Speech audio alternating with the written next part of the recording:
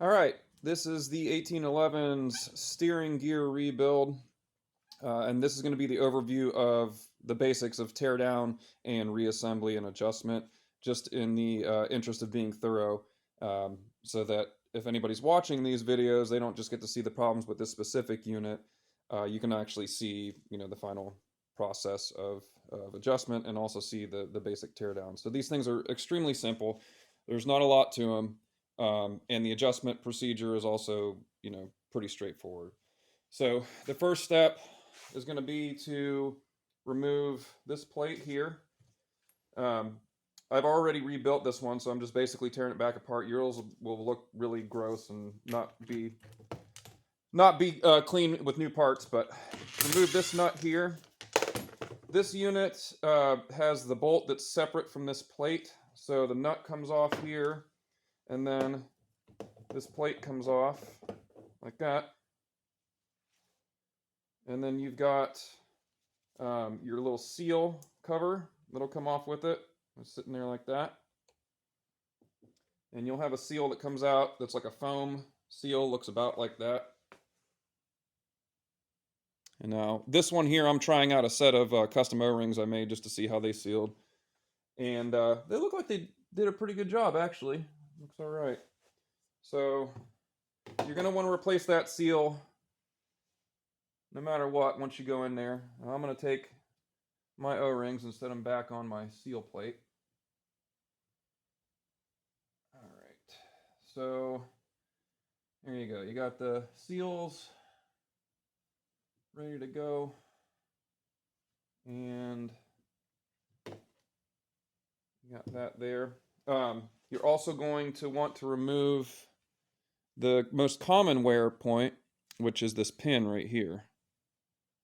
And this is a new pin that's in there now, but to remove that pin, you could probably do this even before you take this plate off. On these units here, the pin can be removed without tearing the whole thing apart, I think. I think you can remove, I think the thing will come all the way out and come past the plate. Yeah. So on the newer style units, this pin, the diameter is smaller than the threads right here. So you can actually pull the pin out of that plate from this direction instead of having to go through the plate the other direction. The older units are not like that, but yeah, so basically you just have a nut that holds that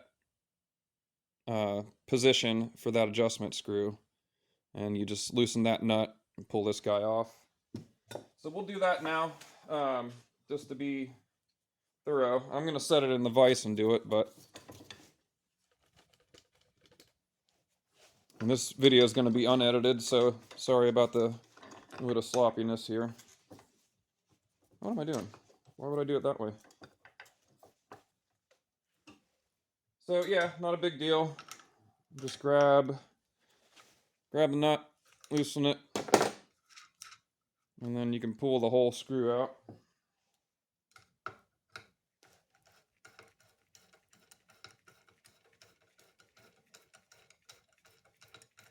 Just comes out like that.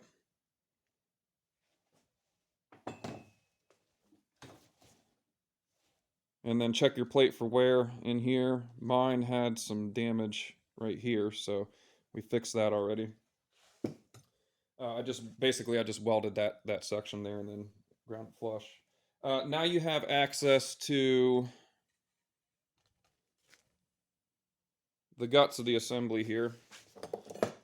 So this bolt comes out, and this is the newer style Cub Cadet Corporation gearbox. So this is a separate piece from that plate right there. And you can see it's got a stop on it. It's got a shoulder, so you can only tighten it so much. So just check this guy for wear. Make sure it's not all boogered up. Check these bushings here for wear. There's a bushing here, and then a bushing here. And then I think some of them even have a full length bushing that's just one. On this unit here, the bushing had slid forward and come out of the case a little bit, so I fixed that up. Basically just tapped it back in and then peened around it to make sure it doesn't come back out. The next thing you're going to do is you need to get access to the upper and lower bearings in here. So there's a set of bearings here and a set of bearings up in here. And you need to get the shaft out to do that. So to get the shaft out, we're going to remove this adjustment plug at the bottom and remove this little cotter pin that's holding everything together.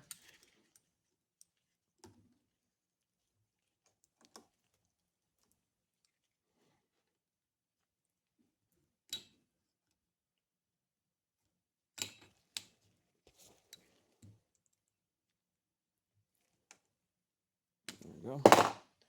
So we'll go ahead and slide that cotter pin out. Okay, cotter pin is out. And now that'll allow you to remove this plug here.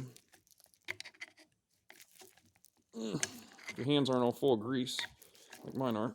Here, let's set it up in the vise. It does help to have a shop vise for this. It's not necessary, but it definitely helps. Just be careful how you grab the housing. You don't want to damage it. I'm going to grab it up by the casting right here. Where these little webs are right here. Okay.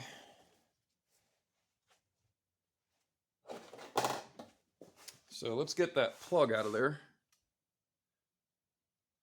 Let's see better now.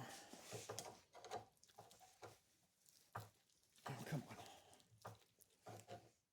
There we go.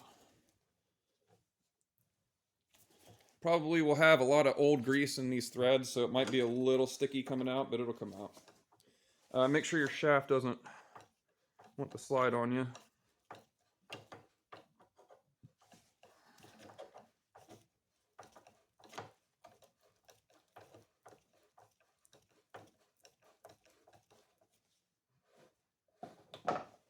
All right, so this cup's going to come out, and you probably will have a cage with bearings sitting here. It's either going to be sitting in this cup, or it's going to be inside here connected to the shaft. This one's connected to the shaft, so we're going to slide the shaft forward, grab the bearings, pull them out, and I'm going to set them back in that cup for now. And now we can get to the other bearings, which are stuck to the housing right now. And then you've got your shaft out. So you've got the area where the lower bearing runs right here. And then the area where the upper bearing runs, which is right up here. We'll set the shaft out of the way. And up inside here, you've got bearings that look just like the ones we just took out over there, and a cage and a race. So you pop these bearings out, and I'm going to leave these in here for now because the process is pretty self-explanatory. We'd pull this cage and bearing out, replace the bearings and cage, or just the bearings themselves if the cage is okay, and then replace the race that sits in that housing. So the way this whole setup looks, you've got a race in the housing here to accept the bearings there, and you've got a race going from this direction right there, and that adjustment cup at the bottom basically moves the bearings towards each other, and that will set your preload on the upper and lower bearings. So you want to inspect these races for wear. You can see these definitely have some grooves in them, so we replaced them. And this shaft has some run out in it, so you can see there's a deeper groove on one side of the race and a shallower groove on the opposite side. It's from the run out in this shaft here, which we went over in the last video. But once you've got it all cleaned up and ready to go,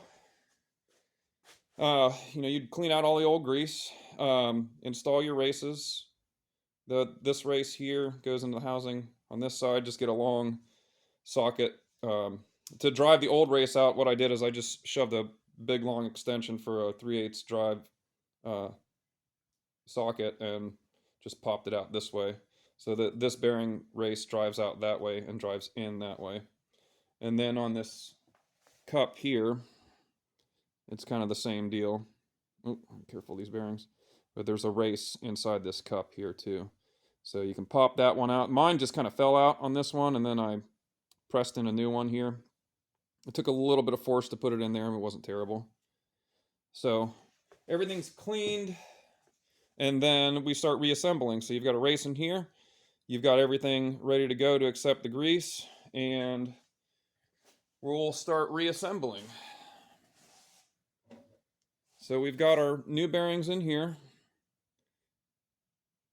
We're going to slide the shaft through very slowly. We don't want to...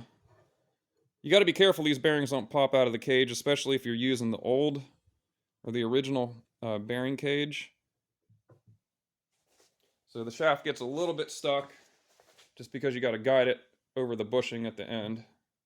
It's got to go through the steering tower bushing. There we go. We're over the tower bushing, and now we are going in, and boom. So now we're inside that. We've got it captured. The next step will be to install the lower bearings. And I like to have it on the shaft before I even put the shaft through, but since these are so sticky, we're gonna try running the adjustment plug in and hope that it doesn't drop a bearing. But ideally, your bearings would actually be sitting on the shaft first. I'm just being a little bit lazy on this one since those bearings are already pretty well stuck to this cup. And just let them sit there, and we'll see what happens here. Now, if yours is anything like mine, the threads right here get a little bit boogered up just from time and age. So you might have to clean all this up before it'll move this freely. Yeah, we're getting there. Lots of rags, lots of grease. And eventually this will contact that shaft, and you'll feel it start to contact it. There you go. All right, so now we're in there, and we don't have any, really there's no end play on that shaft at all. And we're gonna adjust this bearing preload now. So if you look at this cup, you see you got a bunch of notches here, you got a center notch here, and then a bunch of notches here, and then you've got a little hole right here that will hold it in place. So this works kind of like an axle nut. If you've ever adjusted like tapered roller bearings, works pretty much like that. So what I'm going to do is rotate the shaft to feel when these bearings are happy. Right now they're a little too tight, I can feel it. So what you're going for is the point where the bearings don't have very much grab at all, but they're not loose. There's a happy medium here between too tight and too loose, and you just got to kind of find it. And if you're rotating the assembly by hand with this tiny little shaft and down here, you don't have very much mechanical advantage at all, especially once you've got it packed with grease. You're going to have a lot of resistance just in the grease. So you want to go light with the grease first. You don't want to pack it full first. Just enough grease to make sure the bearings are happy. So right now that's pretty good. I can rotate it by hand. This has a high and low spot because the shaft's got some run out in it. And actually you can see it in the cap. You watch the cap kind of see the cap like rotate. So I know from previous adjustments that you get it. This one here wanted to be right about there. If I go to the next notch, which is right there, if I go to that next notch, it gets a little tight. And then if I go even further, you can basically get it to a point where the bearings don't even really want to move by hand. And that's definitely not what you want. But you want to get them seated first and then back off. So right there is about as tight as it'll get. All you're trying to do is remove the end play from it. So that's too tight. So we'll go back to the next notch, which would be there. Let's feel that one again. That one's pretty good. A little bit of resistance there. And then if we go one more, nice and smooth. So that's very little resistance and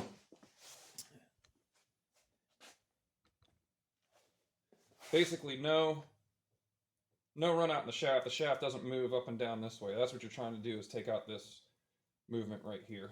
So no movement that way, nice and smooth. You can temporarily throw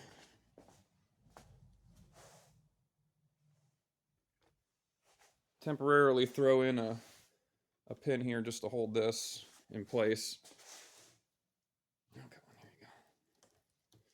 If you're in between notches and it seems like it wants to be in two different places at once, just back it off to the notch, like back it off to the next notch basically. So now we've set the preload on these two bearings. Everything's rotating nice and smoothly. So we'll rotate this way. And you can see I have these screws put back in the housing, and you'll see why here when we go to grease it in a minute. So the next step is going to be to put the seal back on right here. Be a good angle for you to see it. It's a pretty good angle, I think. Yeah.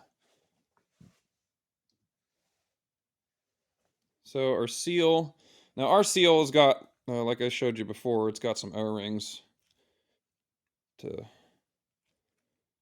seal out the crap.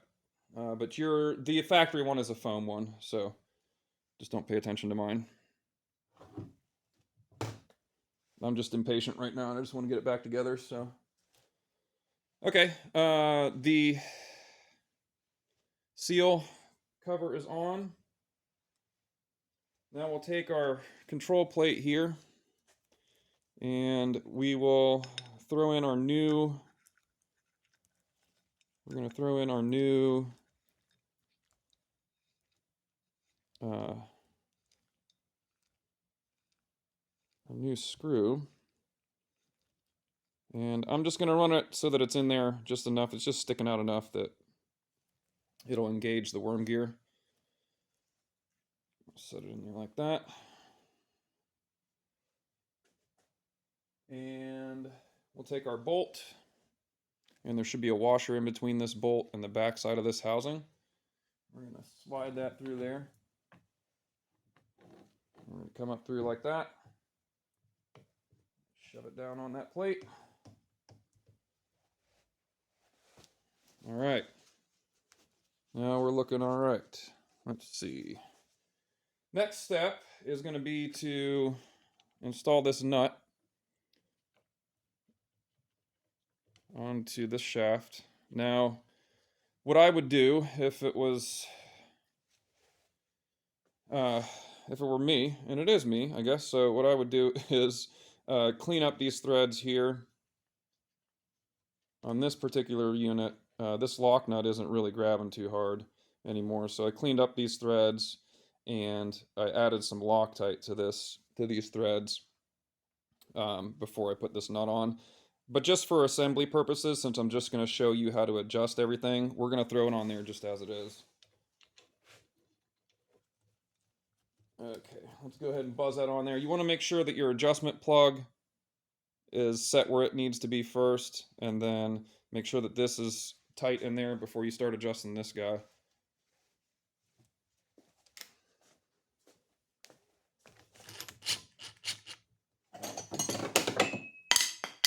Whoops.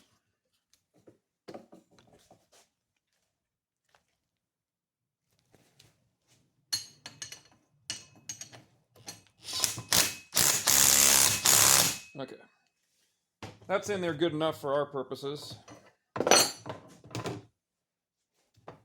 So again, we're going to set it up in here. I don't really like to grab the housing, but I'm going to just lightly for now, just so we can get the adjustment done. There we go. I guess we can grab it that way. Yeah, I try not to grab the tube, I guess is what I meant. Not the housing, but the tube. All right. So you've got everything put back together. You've got some grease in there. Now you want to I didn't mention this before, but before you put this plate on, you should pack that with grease. You're going to be able to fill it with the grease fitting, but just to make sure that worm gear's got enough grease, make sure you pack that guy.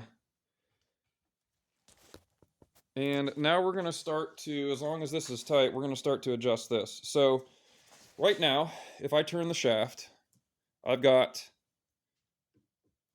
a lot of play before that shaft starts to move this plate. So if I'm out here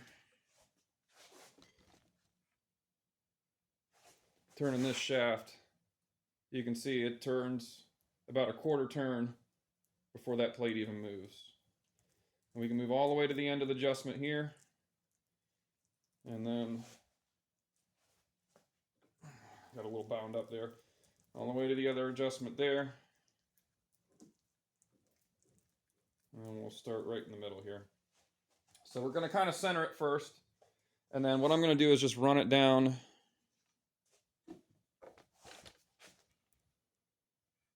There you go. I'm just going to run it down by hand until I can tell that it's contacting the worm gear. And this gets you pretty close. Make sure that nut's out of the way. Usually, it's a little too tight. So right now I can't turn it anymore with my finger. The screw is, or the jam nut's loose.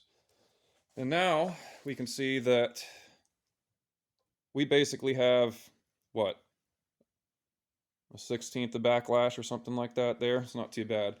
The thing is, though, you want to check this adjustment here. You would think, oh, that's just about perfect, right? It's not too tight, not too loose. But what you need to do is make sure you move through the full range of motion before you commit. So it's a little tight right there. It's a little bit tight right there. So I can't quite move it by hand through the shaft over here. Now, if I had the steering wheel connected, I'm sure I could move through it. But I can't. I get about that far and it gets a little tight. The reason for this is probably twofold on this unit. There's some run out in that shaft, so we're seeing that shaft kind of wobble around a little bit. But also, this plate is not exactly flat. And you can, if you want to spend the time, you can really make it nice and flat. And yeah, the older units were even warped more, where they had this, instead of this bolt being here, there was a shaft, and they had that welded that shaft to it, and it warped the whole plate. This one's not like that. Anyway, so we were finger tight, and I think we're going to say that's a little too tight because we couldn't even get through the full range of motion. So let's back it off a quarter turn. All right, now I'm all the way out there. I went that way, no problems. Trying to back off of that. A little tight, but that's okay. Now back in the middle. Yeah, now we got about an 1/8 inch of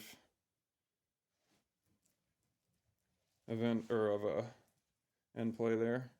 All the way out to the other range of motion. Check it here. Yeah, there's a significant amount of slop down there, but you really got to find the happy medium. So this side gets kind of tight, and you can see right here, it's trying to move my screw a little bit. So you can see the screw kind of rocking back and forth, and that's no good. We don't want that to happen, so that's not actually how it's going to be. Yep, now it's got itself too tight. Yeah, it just got itself bound up. Back that off a little bit. There we go. All right. So once you get close enough, you're going to want to bring this nut down around the base of that screw so the screw doesn't wobble on you. Because that will change your adjustment too. I mean, if that screw is not really properly... If that screw can kind of wobble in its threads right there, because this plate's not very thick, there's only a couple threads holding it in, plus the, plus the threads that go down in. But still, there's not a lot of grabbing force just on the threads. That's why they need that nut there to hold it steady. So we'll run it out there with that nut on there now and see how it does. There we go. That's pretty good. My hands are covered in grease, so I don't have a lot of mechanical advantage out here, and I think we're pretty close. So we got a little bit of play there, and we come all the way out here. Gets a tiny little bit tight at the end there, but pretty good. And then we got basically little to no play here, so that's good. It doesn't really need any help. with my hand to move all the way in either direction. So once we've got that pretty well set, we're going to tighten that nut down. You gotta be careful because it wants to move the screw. This is where you could spend a lot of time here getting it like just right. But we're not going to worry about that too much. We're just going to snug it up there like that. Oh, sorry. Let's just back that off a little bit there. I'm going to double check it again. Full range of motion here. Not too tight to turn. A little bit of end play there, that's okay. And we can move all the way that way. All right, so now that you've got that set, make sure that nut's tight, make sure that screw doesn't move, check the range of motion in both directions. You are adjusted and set. Make sure to put these screws in here. Make sure to set in your new cotter pin and then flip it over and cut it so that it's not sticking out. I mean, obviously you don't, it's not gonna look like that, but yeah. So the final steps are gonna be to grease it and check that you've got grease going in between the plate and the bushing here. Make sure you're getting good grease flow through there. And then your plate here, where you're gonna have that gasket, what you should see is, if that gasket's compressing well, what you should see is nothing really coming out between the housing and the gasket, but it can come out between this plate and that plate, which is good because you want a little bit of lubrication there to help that guy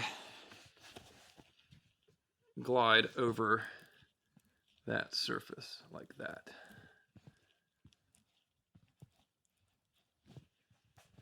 Throw these mounting bolts back in and then grease it up real nice. If you don't throw these in, the grease just comes out this way.